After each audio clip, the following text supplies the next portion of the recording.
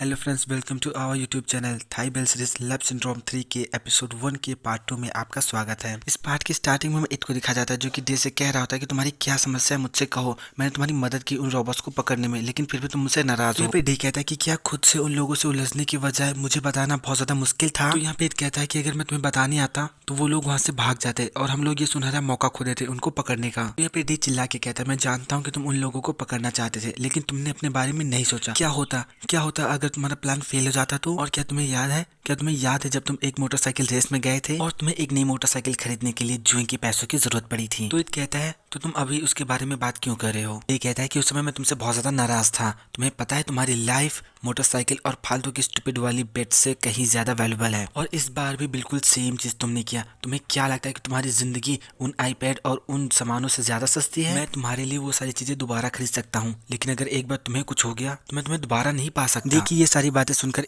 थोड़ा सा इमोशनल होता है और उसको ये फाइनली बात समझ में आ जाती है कि उसने गलतियां करी हैं। तो ये पे डे कहता है, और अगर तुम्हारी जगह मैं होता तो तुम मुझे बताओ कि तुम मुझे लेकर कैसा फील करते। और ऐसा बोल के डे बहुत प्यार से इत के घाव को टच करता है। तो इत कहता है कि बहुत ज्यादा दुख रहा है। तो यहाँ पे डे कहता है, ये बहुत अच्छा है, कम से कम अब तुम्हें याद तो रहेगा कि तुम्हें ये सारी स्टूपिड चीजों से बच के रहना है। और इतना बोल के डे बहुत प्यार से इत को हक करता है और फाइनली इन दोनों के बीच की जो लड़ाई झगड़ा होता है वो सब खत्म हो जाता है। नेक्स्ट सीन में दिखाया जाता है कि लोग वापस अपने घर जा रहे होते हैं, तभी इट अपना पर्स भूल जाता है। तो डे उसका पर्स लेकर आता है, कहता है कि इट तुम फिर से इसे भूल गए। यहाँ पे इट कहता है, लेकिन फिर से तुम वापस ले आए, चलो कोई बात नहीं, रास्ते में घर चलते हुए हम लोग नान के कैफे पे रुकेंगे क्योंकि मुझे केक खाना है। तो ये सुनकर डे कहता है, तुम जानते हो ना कि ट्रैफिक जैम कैसा है और मुझे तुम्हारे डैड के ऑर्डर्स को भी क्लियर करना है। तो यहाँ पे इट कहता है, तुम इतनी जल्दी क्यों कर रहे हो, तुम्हें बस वहाँ पे शॉप पे एक बार रुकना है, वो भी केक खरीदने के लिए। तभी वहाँ पे आंटी बेला आ जाती है और डे आंटी बेला से कहता है कि आंटी बेला, अगर कोई प्रॉब्लम हो तो आप मुझे 24/7 कभी भी कॉल कर सकती हैं। तो यहाँ पे आंटी बेला कहती है, कोई बात नहीं, कोई समस्या नहीं है। और ऐसा बोल के वो जैसे इट को टच करती है, कहती है कि ओ नो इट, तुम्हारी बॉडी बहुत ज्यादा गर्म है, मुझे लगता है कि घर से यहाँ तक आने में तुमको कोल्ड हो गया, मतलब बुखार हो गया। तो यहाँ पे इट कहता है कि मेरा बस हेडेक हो रहा है क्योंकि मैं केक खाना चाहता हूँ, और बस इतना ही। वैसे तो इट ने ये सारी बातें आंटी से कही होती हैं, लेकिन वो इन सब चीजों के जरिए डे को सुना रहा होता है और फिर थोड़ी देर बाद ये सब लोग वहाँ से निकल जाते हैं। नेक्स्ट सीन में इन दोनों को घर जाते हुए दिखाया जाता है, जहाँ पे ये दोनों लोग लड़ रहे होते हैं। डेट से कहता है कि इट, अगर तुम एक दिन के लिए केक नहीं खाओगे तो तुम मर नहीं जाओगे। यहाँ पे इट कहता है कि मैंने तुमसे कहा था ना कि तुम पहले केक शॉप के पास अपनी कार रोको, लेकिन तुम डायरेक्ट मेरे डैड के पास पहुंच गए। तो यहाँ पे डे कहता है, तुम ट्रैफिक जैम को जानते हो ना, और मुझे तो बस तुम्हारे पापा के पैसों को क्लियर करने की जल्दी थी। तो यहाँ पे इट कहता है, और लौटते समय तुम केक के शॉप के पास क्यों नहीं रुके? तो यहाँ पे डे कहता है, तुम जानते हो ना, लौटते समय हमारी कार फंस गई थी, और अगर मैं वहाँ पे रुकता तो हम घर वापस कब आते? तो यहाँ पे इट कहता है, तुम हमेशा ही ऐसा करते हो, लेकिन आज मैं तुम्हें नहीं जाने दूंगा, मैं आज के खाकर रहूंगा। तभी यहाँ पे गियर कहता है कि इट, मैं तुम्हारे लिए राइडर बुला सकता हूँ, तुम उसके साथ चले जाओ। तो यहाँ पे इट जो था गियर से कहता है, तुम्हारा इन सब चीजों से कोई लेने देने नहीं। तो यहाँ पे नाइस कहता है, या कि आपने खाना खाया, क्योंकि मैं खाना बना रहा हूँ, आप हमारे साथ खाना खाना चाहते हैं? तो यहाँ पे इट कहता है कि मैंने बस स्वीट छोड़कर बाकी सारा का सारा खाना खा लिया है। तो यहाँ पे नाइस कहता है, इस केस में तो फिर फ्रिज में वाटरमेलन रखा हुआ, अगर आप कहते तो मैं आपके लिए ले आऊँ। तभी यहाँ पे डे कहता है कि ये कुछ नहीं खाता, इसको सिर्फ और सिर्फ केक चाहिए। तो यहाँ पे चिल्ला के कहता है, अगर तुम जानते हो तो तुम मुझे केक खिलाने के लिए बाहर क्यों नहीं लेकर जाते? तभी यहाँ पे डे जो था अपने भाई नाइस से कहता है, नाइस क्या तुम आज रात जियर के घर पे रुकने वाले हो? तो यहाँ पे नाइस हाँ बोलता है। तो डे कहता है, ठीक है, फिर मैं ऊपर जाकर नहाकर फिर नीचे आकर बातें करता हूँ, बहुत गर्मी है और बहुत ज्यादा अनोइंग लोग हैं यहाँ पे। और ऐसा बोल के डे वहाँ से जाने लगता है। तो चिल्ला चिल्ला के कह रहा था कि डे तुम ऐसे नहीं जा सकते, पहले बात को खत्म करो। और वो भी बहुत ज्यादा लड़ते लड़ते डे के पीछे पीछे जा रहा होता है। तभी जियर दौड़ कर उसके पास आता है और उसको पकड़ के लाकर टेबल पे बैठाता है। यहाँ पे इट जो था वो डी को बहुत ज्यादा गालियां देने लगता है गुस्से में,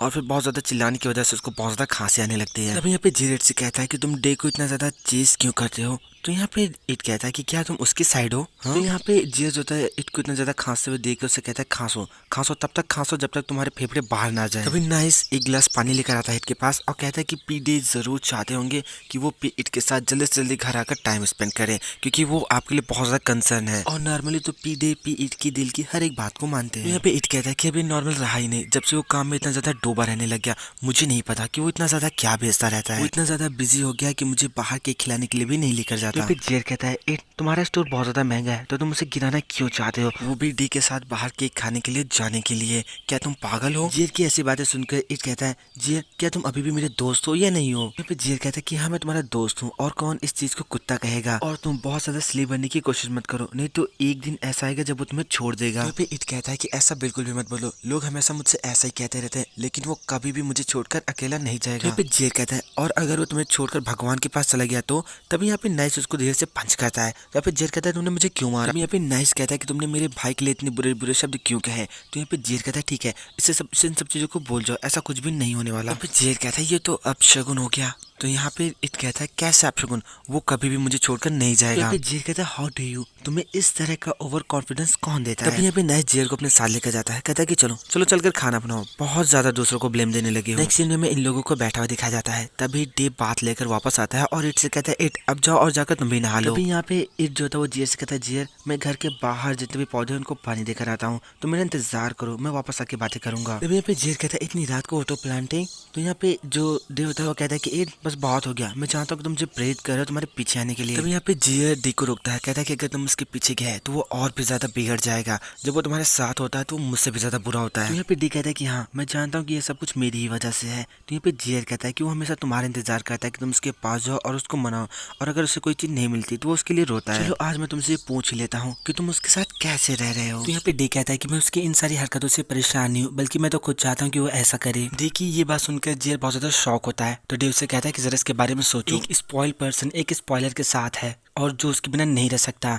मैं खुद चाहता हूँ कि वो ऐसा करे, मैं उसको इस तरह से करने देता हूँ, मैं चाहता हूँ कि वो मुझे फोर्स करे कि मैं उसकी देखभाल करूँ, और जब भी उसे कुछ चाहिए होगा तो वो हमेशा मुझे मिस करे, हमेशा मुझे ही याद रखे। क्योंकि घेर कहता है तो तुम ये सारी चीजें इसलिए होने दे रहे हो ताकि इसको ऐसी आदत पड़ जाए कि वो सिर्फ तुम्हारे साथ रह सके और वो तुम्हारे बिना ना जी सके। यहाँ पे डे कहता है मेरे जैसा इंसान इसको सिर्फ और सिर्फ मेरा रहने के लिए कुछ भी कर सकता है। डे की ऐसी बातें सुनकर गियर थोड़ा सा डर जाता है और वो डे से कहता है डे क्या तुम साइको हो। यहाँ पे नाइस कहता है पी डे अगर एक दिन आप इस दुनिया में नहीं रहे तो क्या पी इट आपके बिना जिंदा रह पाएंगे। यहाँ पे गियर कहता है नाइस अभी तुम मुझे इन सब चीजों के लिए डांट रहे थे और अभी खुद ही तुम ऐसा बोल रहे हो। तो यहाँ पे नाइस कहता है कि हाँ मैं कह सकता हूँ क्योंकि पी डे मेरे भाई हैं। तो भी यहाँ पे डे कहता है नाइस तुम चिंता मत करो, मैं उससे पहले नहीं मरूंगा। तो यहाँ पे गियर कहता है डे तुम इतना ज्यादा श्योर कैसे हो। तो यहाँ पे डे कहता है कि मैं जानता हूँ कि वो कमजोर इंसान नहीं है, अगर मैं कभी इस दुनिया में नहीं भी रहा तो वो आराम से सर्वाइव कर सकता है, लेकिन अभी अभी तो मैं यही हूँ ना, तो उसके पास कोई भी रास्ता नहीं है मुझे खोने का। फिर नेक्स्ट सीन में नेक्स्ट डे का सीन दिखाया जाता है जहाँ पे इट सो रहा होता है और वो अपने बगल के बेड पे टच करता है तो वहाँ पे डे नहीं होता, जिसकी वजह से उसकी आँख खुल जाती है। उस दिन इट की तबीयत बहुत ज्यादा खराब होती है तो वो बहुत ज्यादा परेशान होता है और जैसे वो अपने पैर बेड से नीचे उतारता है तो उसको अपने पैरों के पास एक व्हाइट रोज गिरा हुआ मिलता है।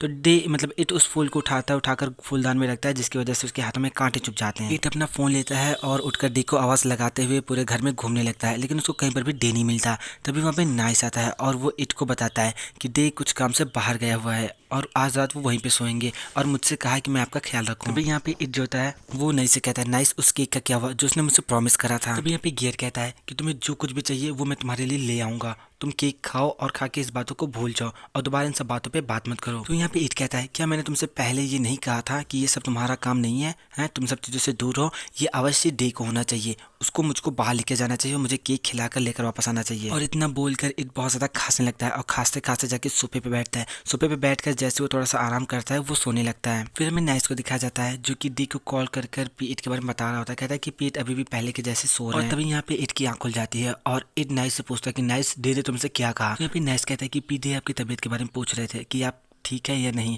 पीडे हर एक घंटे पे कॉल करके पूछ रहे हैं, अवश्य वो आपकी तबीयत को लेकर बहुत ज्यादा कंसर्न है। तभी यहाँ पे इट नाइस से पूछता है कि डे वापस कब आ रहा है। तो यहाँ पे नाइस बहुत ज्यादा डरते हुए बोलता है कि पीडे तो आज रात चौनबुरी में ही सोएंगे। ये सुनकर इट बहुत ज्यादा गुस्सा करता है और डे को जग बोलता है और नाइस से कहता है नाइस मेरा फोन लेकर आओ। तो यहाँ पे इट बहुत ज्यादा गुस्से में डे के पास कॉल करता है, कहता है कि डे आज रात तुम्हें वापस आना ही आना है। तो यहाँ पे डे कहता है कि इट मैंने नाइस से कहा था कि वो तुम्हें बता दे कि आज रात मैं चैनबुरी में ही सोऊंगा। तो ये सुनकर इट बहुत ज्यादा गुस्सा करने लगता है और वो डे से कहता है कि तुम्हारे प्रॉमिस का क्या तुम फिर से अपना प्रॉमिस नहीं निभाओगे। तो यहाँ पे डी कहता है कि इससे पहले तुम केक के बारे में सोचो, हाँ तुम्हारी आवाज बहुत ज्यादा खतरनाक आ रही है, तुम मुझे बताओ क्या तुमने दवाई ली। पे इट कहता है कि सुनो जब तक मैं केक नहीं खाऊंगा तब तक मैं कोई भी मेडिसिन नहीं लूंगा। यहाँ पे डी कहता है तुम अच्छे से जानते हो ना कि मुझे तुम्हारा इस तरह से बात करने का वे बिल्कुल भी पसंद नहीं है। तो यहाँ पे इट कहता है तो तुम क्या कर सकते हो, हाँ अगर तुम्हें मुझे मना करना है तो तुम यहाँ पे आओ और मुझे खुद से मना करो। तुम्हें सच में ऐसा लगता है कि नाइस और गियर मुझे रोक पाएंगे? बिल्कुल भी नहीं, मैं दवाइयाँ नहीं लूंगा। तो यहाँ पे डी कहता है कि इट समझो मैं काम में बुरी तरह से फंस चुका हूँ। तो यहाँ पे इट कहता है देखो मैं सारी की सारी दवाइयाँ फेंकने जा रहा हूँ, तुम अपने काम को नहीं छोड़ सकते, लेकिन तुम मुझे यहाँ पे अकेला छोड़ के जा सकते हो। डे मैं बिल्कुल भी अच्छा फील नहीं कर रहा, तुम अभी के अभी वापस आओ और मेरी देखभाल करो। तुमने मुझसे क्यों कहा था कि तुम हमेशा मेरी देखभाल करोगे। तो यहाँ पे डे कहता है सिर्फ एक दिन, क्या सिर्फ एक दिन तुम खुद से अपना ख्याल नहीं रख सकते हो। यहाँ पे इट कहता है कि अगर मुझे खुद से ही अपना ख्याल रखना होता तो तुम मेरे पास किस लिए हो। यहाँ पे डी कहता है इट समझो मैं काम में यहाँ पे फंस गया हूँ और अब तो यहाँ पे बारिश भी होने वाली है और अगर मैं बहुत ज्यादा फोर्स करके घर भी आता हूँ तभी मैं तुम्हें समय पे केक शॉप पे नहीं ले जा पाऊंगा। तो यहाँ पे इट कहता है कि मुझे कोई फर्क नहीं पड़ता, तुम अभी के अभी वापस आओ, मुझे केक खिलाने के लिए बाहर लेकर चलो। तो यहाँ पे डी गुस्से से इट का नाम लेता है। तो इट डे से कहता है ठीक है, ये सब कुछ तुम पे निर्भर करता है, अगर तुम मेरे लिए केक लेकर नहीं आए तो इतना समझ लो तुमको मेरे पास वापस आने की भी जरूरत नहीं है, यू जर्क, ऐसा बोल के फोन कट कर देता है। तो यहाँ पे नाइस इट को शांत होने के लिए बोलता है और गियर इट से कहता है कि हे इट, जरा खुद से पूछो तुमने अभी जो कुछ भी किया उससे तुमको क्या मिला। तो यहाँ पे इट कहता है कि मैं बस इतना चाहता हूँ कि वो अपना प्रॉमिस निभाए और मेरी देखभाल करे। तो यहाँ पे गियर कहता है और उससे क्या। तो यहाँ पे इट कहता है तो इसका मतलब ये होगा कि वो अभी भी मुझसे प्यार करता है और मेरे लिए बस इतना ही काफी है। तो यहाँ पे गियर कहता है कि हे भगवान, मैं तो थक गया तुम दोनों से। तो यहाँ पे नाइस कहता है पी इट, आप पीडी के प्यार पे शक मत कीजिए, जरा इसके बारे में सोचिए, अगर पीडी यहाँ पे होते तो वो आपकी देखभाल क्यों न करते, अभी वो बहुत ज्यादा असमर्थ है आपकी देखभाल करने के लिए। और अवश्य पीडी बिल्कुल भी खुश नहीं होंगे कि वो दोनों लोग अलग अलग प्लेसेस पे हैं और उनके बीच में झगड़े हो रहे हैं। तो यहाँ पे गियर कहता है कि मैं बस इतना कह सकता हूँ कि डे तुम्हें हर वो एक चीज दे सकता है, लेकिन मैं अभी भी बहुत ज्यादा शौक हूँ कि अभी वो सिर्फ एक काम नहीं कर पा रहा है और उसकी वजह से तुम इस तरह से हो गए हो और इस तरह से तो तुम उसकी नजरों में बहुत ज्यादा बुरे बन जाओगे। तो यहाँ पे इट कहता है कि हाँ मुझे माफ करना, मैंने इस तरह से बिल्कुल भी नहीं सोचा। नेक्स्ट सीन में इट को दिखाया जाता है जो कि अपने गुस्से को शांत होने के बाद बहुत प्यार से डी के पास कॉल लगाता है। तो यहाँ पे डी बहुत प्यार से इट का कॉल उठाता है। तो इट डे से पूछता है डे क्या तुमने अभी तक अपना काम खत्म कर लिया। तो यहाँ पे डी कहता है नहीं अभी थोड़ा सा बचा है, लेकिन अभी भी पानी बहुत ज्यादा जोरों से बरस रहा है और डैड बिल्कुल भी नहीं चाहते कि मैं ड्राइव करके वापस जाऊं। तो यहाँ पे इट कहता है कि जब से हम दोनों लोग एक दूसरे के साथ हैं तुमने हमेशा मेरी देखभाल की है, जब भी मैंने अच्छा फील नहीं किया या मेरी तबीयत खराब रही है, और इसीलिए मैं अभी तुम्हें बहुत ज्यादा देखना चाहता हूँ। और बहुत प्यार से कहता है प्लीज डे, डैड अकेले सो सकते हैं लेकिन मैं तुम्हारे बिना नहीं सो सकता।